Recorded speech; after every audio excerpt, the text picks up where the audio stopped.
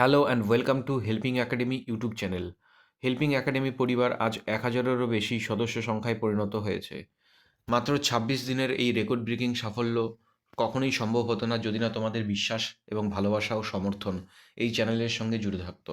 সরকারি চাকরির পরীক্ষায় হেল্পিং একাডেমি ইউটিউব চ্যানেল এক নতুন বিপ্লব। এটা সবেমাত্র শুরু। ভবিষ্যতে হেল্পিং একাডেমি ইউটিউব চ্যানেল তোমাদের জন্য আরও অনেক বেশি কোয়ালিটি কন্টেন্ট এবং ফ্রিতে স্টাডি ম্যাটেরিয়াল এবং যে কোনো রকম গাইডেন্স তোমাদের জন্য নিয়ে আসছে। তো তোমরা জানো আমরা শুরু করেছি ডাব্লিউবিএসএসসি গ্রুপ সি এবং গ্রুপ ডি পরীক্ষার জন্য একটি সিরিজ।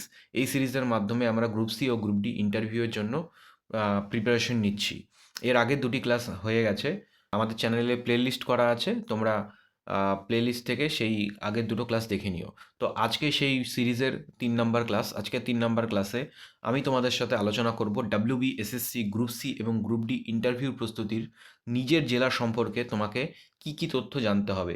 তোমাকে আমি এই ক্লাসে যে সমস্ত তথ্যগুলি বলে দেব, শুধুমাত্র সেই তথ্যগুলি তোমাকে জানতে হবে এবং তোমাকে আমি এক্সাম্পল দিয়ে বুঝিয়ে দেব যে প্রত্যেকটি জেলা থেকে তোমাকে কি কি তথ্য তোমাকে জেনে যেতেই হবে। তো প্রথমত তুমি যে জেলায় বসবাস করছো সে জেলার ভৌগোলিক অবস্থানের ব্যাপারে তোমাকে জানতে হবে।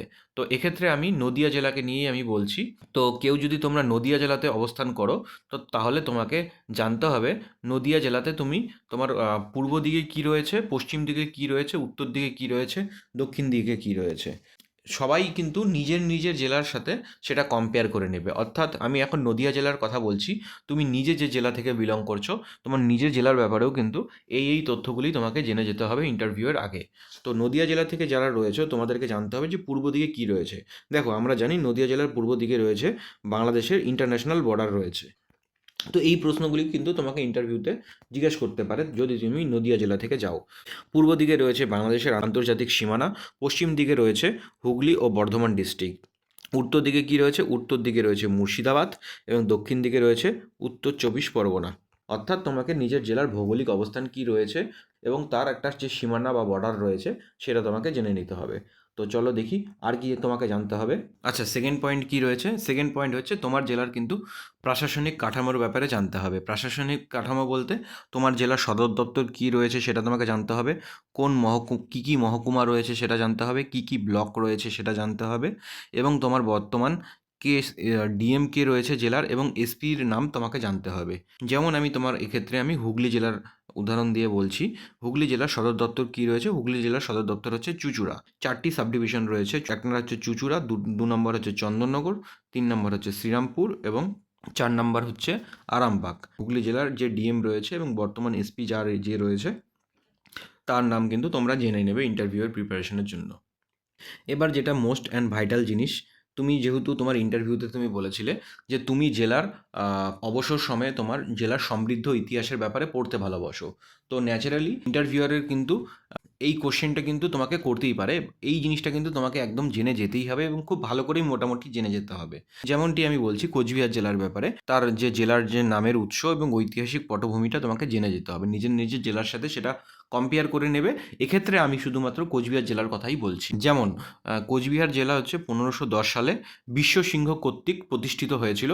পরবর্তীকালে কিন্তু কোচবিহার কিন্তু প্রিন্সিলি স্টেট হয়ে যায়, ব্রিটিশদের করদ রাজ্য বা প্রিন্সিলি স্টেট হয়ে যায়।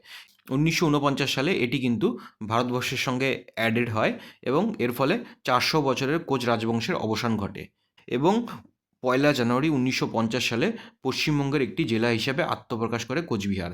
তো এই ক্ষেত্রে আমাকে কিন্তু কোচবিহার জেলা থেকে বেসিক এই ইনফরমেশনগুলো কিন্তু জানতে হবে। তাহলে তুমি কি বুঝতে পারলে? তো তোমার জেলার কিন্তু ইতিহাস এবং নামকরণের পটভূমি কিন্তু তোমাকে জেনে যেতে হবে। আমি তোমাকে যে সমস্ত পয়েন্টসগুলো বলছি নিজের জেলার ব্যাপারে, তোমাকে কিন্তু শুধুমাত্র সেই পয়েন্টসগুলোই তোমাকে জেনে যেতে হবে। এর বাইরে কিন্তু তোমাকে আর কিচ্ছু পড়ার দরকার নেই। তোমাকে কিন্তু বিভ্রান্ত হওয়ারও প্রয়োজন নেই নিজের জেলার ব্যাপারে। হ্যাঁ, এটা শুধুমাত্র জেলা রিলেটেড আমি বলছি। তোমাদেরকে কিন্তু আমি কি পড়তে হবে ইন্টারভিউয়ের প্রিপারেশনের জন্য, অন্য কি টপিকস পড়তে হবে, অন্য কি গুরুত্বপূর্ণ টপিকস রয়েছে, সেগুলো কিন্তু আমি ক্লাস নিয়ে এসে কিন্তু তোমাদের সাথে আমি আলোচনা করে দেবো পরবর্তীকালে। এখন শুধুমাত্র আমি তোমাদের সাথে জেলার ব্যাপারে আলোচনা করছি। তুমি যদি এভাবে পড়ো তাহলে তোমার ইন্টারভিউ ভালোই হবে। দেখা যাক নেক্সট স্লাইডে কী রয়েছে। এবার দেখো, তুমি কিন্তু জেলার হিস্ট্রির ব্যাপারে জেনে গেলে, তারপর তুমি জেলার ভৌগোলিক অবস্থানের ব্যাপারে জেনে গেলে। এইবার কিন্তু তোমার জেলার মধ্যে তোমার কি অর্থনৈতিক অবস্থান কি রয়েছে, তোমার জেলার কিসের উপর ডিপেন্ডেন্ট, জেলার কৃষিকার্যের ব্যাপারে জানতে হবে এবং নদ নদী রিলেটেড একটু কিন্তু তোমাকে বেসিক আইডিয়া থাকতে হবে। এক্ষেত্রে এক্সাম্পল পারপোজ আমি পূর্ব বর্ধমান জেলাটিকে নিয়েছি।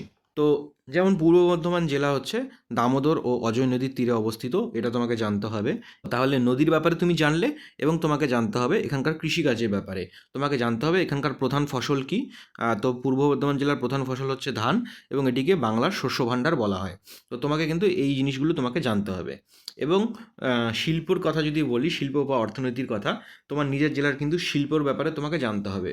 এক্ষেত্রে কিন্তু পূর্ব বর্ধমান জেলার শিল্প বলতে এখানে কিন্তু সীতাভোগ, মিহিদানা এবং শক্তিগড়ের ল্যাংচা এগুলো কিন্তু বিখ্যাত। তো তোমাকে কিন্তু এই জিনিসগুলো তোমাকে মনে রাখতে হবে। তো এখানে কিন্তু তোমার জেলার উপর বেস করে যে বেসিক শিল্প যেগুলো গড়ে উঠেছে পশ্চিমবঙ্গে নর্মালি বলতে গেলে শিল্প এখন নেই, তবে যেটাই রয়েছে আর কি সেটা কিন্তু তোমাকে জেনে যেতে হবে। তো এক্ষেত্রে পূর্ব বর্ধমান জেলার শিল্প বলতে আমরা কি বলতে পারি, নর্মালি এখানকার সীতাভোগ বা মিহিদানা এবং শক্তিগড়ের ল্যাংচা এগুলো বিখ্যাত। এই জিনিসগুলি কিন্তু তোমাকে জেনে যেতে হবে। আচ্ছা, নেক্সট স্লাইডে রয়েছে জেলার প্রধান সমস্যা ও তার সমাধান। তোমাকে কিন্তু তোমার নিজের জেলার প্রধান কী সমস্যা সেটা কিন্তু জেনে যেতে হবে এবং সমাধানের জন্য তোমার একটা নিজস্ব মতামত তোমাকে থাকতে হবে বা তোমাকে সেটা জিজ্ঞেস করতে পারে। তো এক্ষেত্রে আমি দক্ষিণ চব্বিশ পরগনার ব্যাপারে আমি সমস্যা এবং সমাধানের কথা আলোচনা করছি। নিজের জেলার সাথে কিন্তু সেটা কম্পেয়ার করে নেবে। তো আমরা জানি দক্ষিণ চব্বিশ পরগনা জেলায় সুন্দরবন রয়েছে। তো সেখানে মেইনলি কী, সেখানে হচ্ছে নদী ভাঙ্গন, ঘূর্ণিঝড়ের প্রভাব এবং পানীয় জলের সংকট কিন্তু দেখা যায়।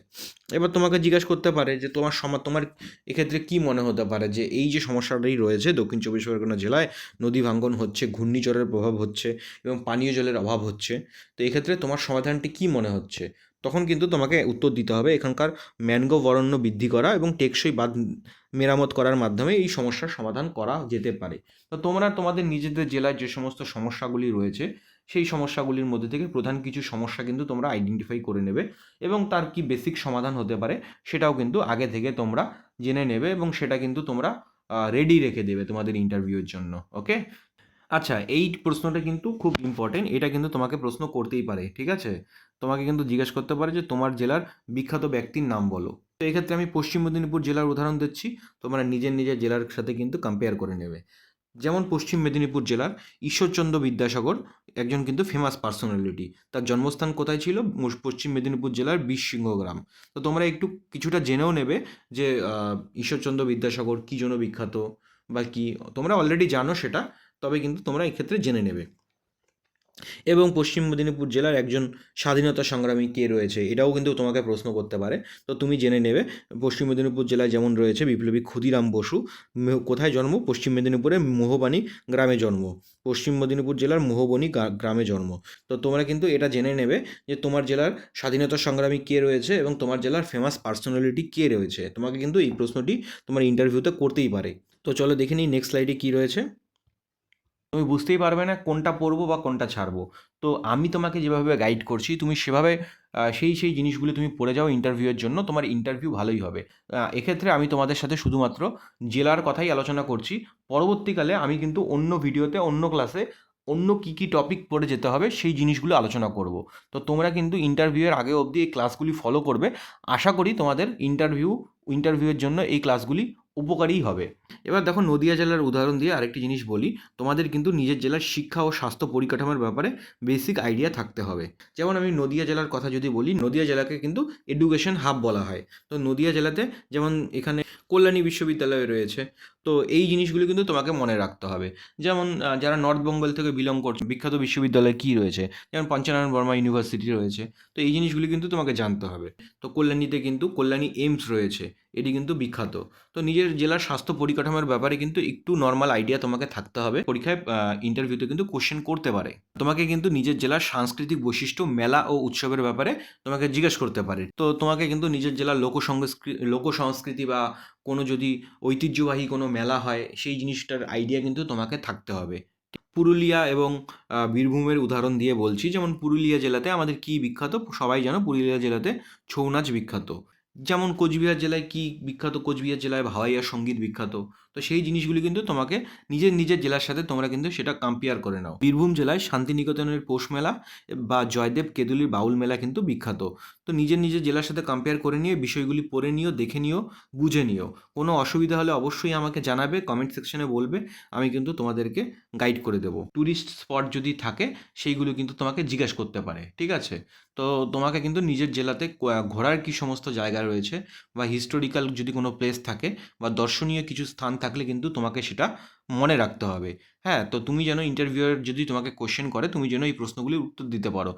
ইন্টারভিউয়ারের কিন্তু একটা এক্সপেকটেশন থাকবেই ক্যান্ডিডেটের প্রতি, যে সে তার নিজের জেলাটাকে চেনে এবং জানে।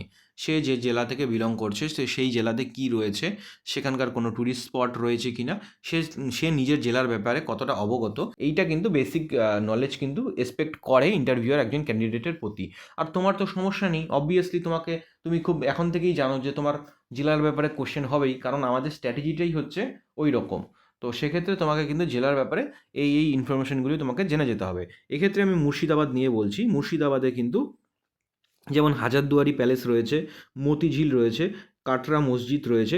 এই তথ্যগুলি কিন্তু তুমি জেনে যাবে। তোমাকে যেন প্রশ্ন করলে তুমি যেন একবারেই বলে দিতে পারো, হ্যাঁ স্যার, আমাদের জেলাতে বিখ্যাত কিছু ট্যুরিস্ট স্পট রয়েছে, তার মধ্যে হাজারদুয়ারি, মতিঝিল, কাটরা মসজিদ এগুলো কিন্তু অন্যতম। খুব সহজেই কিন্তু এই প্রশ্নগুলির উত্তর দিতে পারবে। তো তুমি এভাবে রেডি করে নেবে প্রশ্নগুলি। তো চলো, আর কি জানতে হবে নিজের জেলার ব্যাপারে আমরা দেখে নিই। এবার কিন্তু তোমার জেলাতে কোনো যদি সাম্প্রতিক কোনো ঘটনা ঘটে থাকে বা খবরের শিরোনামে যদি কোনো ঘটনা চলে আসে, তো সেই ব্যাপারে কিন্তু তোমাকে জানতে হবে। বা এরকম হতে পারে তোমার তোমার জেলা থেকে যদি রিসেন্টলি যদি কোনো কিছু যেটা কিনা জিআই ট্যাগ পেয়েছে, এই ধরনের খবর যদি তোমার জেলা থেকে থাকে বা তোমার জেলাতে বিখ্যাত কোনো জিআই ট্যাগ যুক্ত কোনো কিছু জিনিস থাকলে সেই ব্যাপারে কিন্তু তোমার কাছে তথ্য থাকতে হবে। ইন্টারভিউয়ার কিন্তু তোমাকে সেই জিআই ট্যাগের ব্যাপারে বা সাম্প্রতিক কোনো ঘটনা যেটা নিউজে এসেছে তোমার জেলার ব্যাপারে, সেইটা কিন্তু তোমাকে প্রশ্ন করতেই পারে। এক্ষেত্রে আমি বলবো যেমন সুন্দরবনের মধু বা নদিয়া জেলার শান্তিপুরের তাঁত, এগুলো কিন্তু বিখ্যাত। তো তোমরা যারা নিজে এই জেলাগুলো থেকে বিলং করছো, তোমরা কিন্তু এই তথ্যগুলি জেনে যাবে। বুঝতেই পারছো তোমাকে কোন কোন জিনিস পড়তে হবে। আমি তোমাকে একটা প্রপার গাইডলাইন দিয়ে দিলাম। বা নতুন কোনো বড় প্রজেক্ট বা ব্রিজের যদি উদ্বোধন হয় তোমার জেলায়, তোমাকে কিন্তু সেই ব্যাপারে কিন্তু তোমার কাছে ইনফরমেশন থাকতে হবে। ইন্টারভিউয়ার কিন্তু তোমাকে কিন্তু সেই প্রশ্ন করতেই পারে। তাহলে তুমি বুঝতে পারলে তোমাকে আমি কিন্তু প্রপার একটা রোড ম্যাপ দিয়ে দিলাম, তোমাকে কি পড়তে হবে বা কি পড়তে হবে না। তো নিজের জেলা থেকে কিন্তু এই যে 10টি পয়েন্ট আমি তোমার সাথে আলোচনা করলাম, এই 10টি পয়েন্ট কিন্তু তোমাকে কিন্তু জানতেই হবে। তুমি যদি এই 10টি পয়েন্ট না জেনে যাও, কিন্তু তুমি যদি এই 10টি পয়েন্ট বাদ দিয়ে অন্য কিছু পড়ে যাও নিজের জেলার ব্যাপারে, তাহলে কিন্তু কোনো লাভ নেই। তোমাকে কিন্তু এই 10টি পয়েন্ট কিন্তু সবার আগে জানতে হবে নিজের জেলার ব্যাপারে। তো তোমরা কিন্তু এখন এটা স্ক্রিনশট নিয়ে নাও, নিজের নিজের জেলার ব্যাপারে কি কি তোমাকে জানতে হবে। এতক্ষণ যা আমি তোমাদের সাথে আলোচনা করলাম, সেই জিনিসগুলি কিন্তু এখানে কিন্তু আমি তোমাদেরকে স্ক্রিনশট নেওয়ার জন্য এখানে দিয়ে দিয়েছি। নিজের নিজের জেলার ব্যাপারে কি কি তথ্য তোমাকে জানতে হবে। তুমি এখনই একটি খাতা নাও এবং নিজের খাতা নিয়ে এই যে 10টি পয়েন্ট এখানে লেখা রয়েছে, এই 10টি পয়েন্টের উপর ভিত্তি করে নিজের জেলার কিন্তু একটু সুন্দর একটা প্রোফাইল তৈরি করে নাও। ইন্টারভিউয়ের জন্য একটি খাতা তৈরি করো তোমরা। সেই খাতার মধ্যে কিন্তু আমি যে সমস্ত জিনিসগুলি তোমাদেরকে আলোচনা করছি, ফ্রম দ্য ডে ফার্স্ট, তুমি প্রথম ক্লাস থেকে শুরু করে যতগুলি ক্লাস আমি তোমাদেরকে নিব, প্রত্যেকটি ক্লাস কিন্তু তোমরা নোট ডাউন করে নাও। তোমরা যদি একবার বুঝতে না পারো, আমি তোমাদের কিন্তু টেলিগ্রাম চ্যানেলে কিন্তু তোমাদেরকে আমি পিডিএফ প্রোভাইড করে দিচ্ছি। তোমরা যদি ভিডিও দেখে না বুঝতে পারো, ভিডিওটি আরেকবার দেখবে। টেলিগ্রাম চ্যানেলে তোমাদের পিডিএফ প্রোভাইড করা আছে, সেই পিডিএফটি তোমরা ফলো করবে, তোমার খাতাতে তুমি তুলে নাও।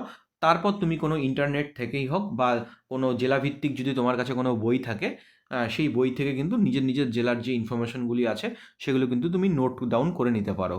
এখন থেকে তুমি যদি এই কাজগুলি না করো, পরীক্ষার আগে কিন্তু তুমি এই সমস্ত করতেও পারবে না বা তোমার এনার্জিও আসবে না। অল্প অল্প করে যদি এই প্রিপারেশনগুলি নিতে থাকো, পরীক্ষার আগে কিন্তু তোমার কিন্তু কোনো অসুবিধা হবে না। আর 5টি কম্পিটিটরের থেকে কিন্তু তুমি এগিয়ে থাকবে। তাহলে এটা স্ক্রিনশট নিয়ে নিয়েছো? তো আজকের ক্লাসটি তোমাদের কেমন লাগলো আমাকে জানাও। ক্লাসটি যদি ভালো লেগে থাকে অবশ্যই একটি লাইক করবে এবং নিজেদের বন্ধুদের সঙ্গে ক্লাসটি কিন্তু শেয়ার করবে। এবং তুমি কোন জেলা থেকে ক্লাসটি দেখছো সেটা কিন্তু কমেন্ট সেকশনে লিখে জানাও। নিয়মিত ক্লাস ও পিডিএফ পাওয়ার জন্য কিন্তু আমাদের টেলিগ্রাম চ্যানেলে যুক্ত হতে হবে। টেলিগ্রাম চ্যানেলের লিঙ্ক আমি ডেসক্রিপশন বক্সে দিয়ে দেবো। আর তোমরা যারা নতুন রয়েছো এই চ্যানেলে, do not forget to subscribe our YouTube channel. Thank you.